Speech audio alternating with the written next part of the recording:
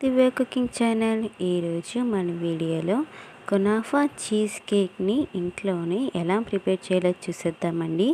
చాలా ఈజీగా అప్పటికప్పుడు ప్రిపేర్ చేయొచ్చు. చిన్నపిల్లల నుంచి పెద్దవాళ్ళ వరకు చాలా ఇష్టంగా తింటారు. మీరు కూడా ఖచ్చితంగా ట్రై చేయండి. ముందుగా సన్న సేమియాని తీసుకుని ఇలాగ వీడియోలో చూపిస్తున్నట్టుగా బాగా చిదుపుకోవాలి. అలా మొత్తం కూడా చిదిపేసుకున్న తర్వాత అందులోని 2 స్పూన్స్ వరకు నెయ్యి కానీ ఆయిల్ కానీ వేసేసుకుని మొత్తం కలిసేలాగా కలుపుకోవాలి. అలా మొత్తం సన్న సేమియాని మొత్తం కలిపేసుకుని పక్కన పెట్టుకోండి. ఇప్పుడు ఒక కళాయి తీసుకుని అందులో 2 కప్స్ వరకు పాలను వేసుకుని 1 కప్ వరకు షుగర్ కూడా యాడ్ చేసుకోవాలి. ఇప్పుడు 2 స్పూన్స్ వరకు కార్న్ఫ్లవర్ కూడా వేసుకొని ఉండనలేదు ఏమీ లేకుండా విస్కర్తో కానీ స్పూన్తో కానీ కలుపుకోవాలి.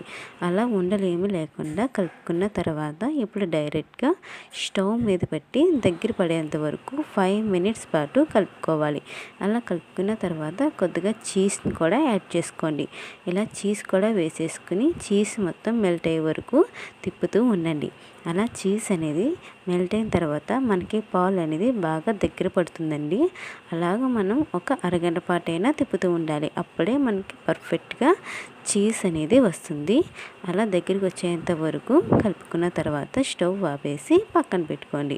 ఇప్పుడు వేరే ప్యాన్లో కొద్దిగా బటర్ అనేది మొత్తం ప్యాన్ చుట్టూ అప్లై చేసుకోవాలి. అలా అప్లై చేసుకున్న తర్వాత మనం ముందుగానే ప్రిపేర్ చేసి పెట్టుకున్న సన్న సేమియాని ఇలా చేతులతో ఏమాత్రం గ్యాప్స్ అనేది లేకుండా బాగా అద్దుకోవాలి. ఇప్పుడు దీనిపైన మనం ప్రిపేర్ చేసుకున్న మిల్క్ చీజ్ని యాడ్ చేసేసుకోండి. ఇలా దగ్గరగా మొత్తం అంతా కూడా వేసుకున్న తర్వాత పైన కూడా కొద్దిగా చీజ్ అనేది యాడ్ చేసుకోండి.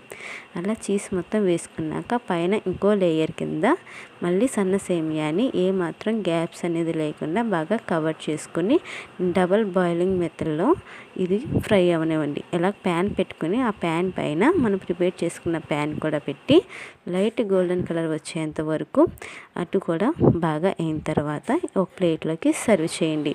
ఇప్పుడు పంచదార పాకం కూడా వేసేసుకోండి.